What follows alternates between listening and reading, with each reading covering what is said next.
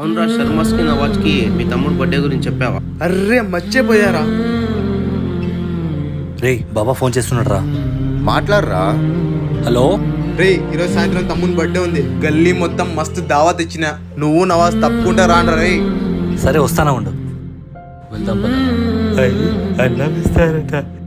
ఒక్క పూట అన్నం కోసం ఎదురు చూడడం, జానడంతా ఊపిరి ఏమైంది? కోసం కొట్టి తెప్పినాడయ్యా. అన్నం అడుగుతూ చేస్తావేంద్రా?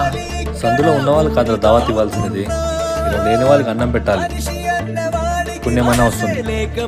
తమ్ముడు నువ్వేం బాధపడకు, తీసుకో కడుపు నిండా భోంచేయి. అలాగే దండాలయ్యా.